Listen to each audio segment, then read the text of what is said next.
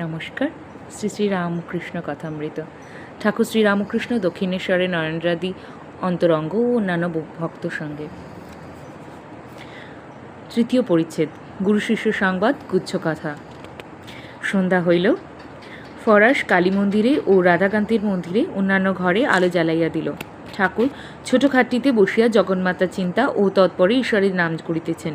ঘরে ধুনো দেওয়া হইয়াছে, একপাশে একটি পিল সুজে প্রদীপ জ্বলিতেছিল। কিয়ৎক্ষণ পরে 7 ঘণ্টা বাজিয়া উঠিল। কালীবাড়িতে আরতি হইতেছে। শুক্লা দশমী তিথি, চতুর্দিকে চাঁদের আলো।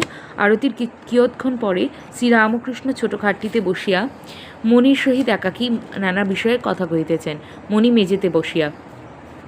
শ্রীরামকৃষ্ণ মণির প্রতি নিষ্কাম কর্ম করবে। মণির প্রতি নিষ্কাম কর্ম করবে। ঈশ্বর বিদ্যাসাগর যে কর্ম করে সে ভালো কাজ, নিষ্কাম কর্ম করবার চেষ্টা করে। মণি: আজ্ঞে হ্যাঁ। আচ্ছা, যেখানে কর্ম সেখানে কি ঈশ্বর পাওয়া যায়? রাম আর কাম কি একসঙ্গে হয়? হিন্দিতে একটা কথা সেদিন পড়লাম, যাহা রাম তাহার নাহি কাম, যাহা কাম তাহা নাহি রাম।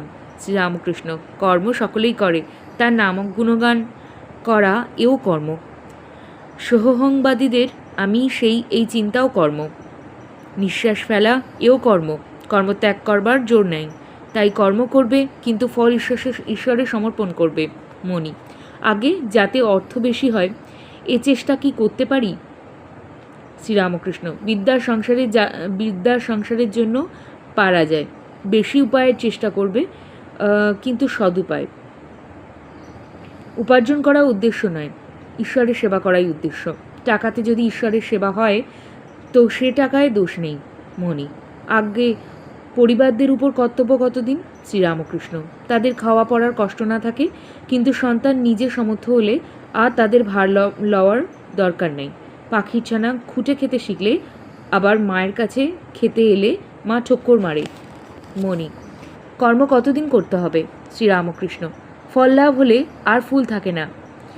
ঈশ্বর লাভ হলে কর্ম আর করতে হয় না, মনও লাগে না। মাতাল বেশি মদ খেয়ে হুঁশ রাখতে পারে না, 2 আনা খেলে কাজকর্ম চলতে পারে। ঈশ্বরের দিকে যতই এগোবে ততই তিনি কর্ম কমিয়ে দেবেন, ভয় নাই। গৃহস্থের বউ অন্তঃসত্ত্বা হলে শাশুড়ি ক্রমে ক্রমে কর্ম কমিয়ে দেয়। 10 মাস হলে আদপে কর্ম করতে দেয় না। ছেলেটি হলে ওইটিকে নিয়েই নাড়াচাড়া করে। যে কটা কর্ম আছে সে কটা শেষ হয়ে গেলে নিশ্চিন্ত। গৃহিণী বাড়ির রাধা বাড়া আর কাজকর্ম সেরে যখন নাইতে গেল তখন আর ফেরে না, তখন ডাকাডাকি করল।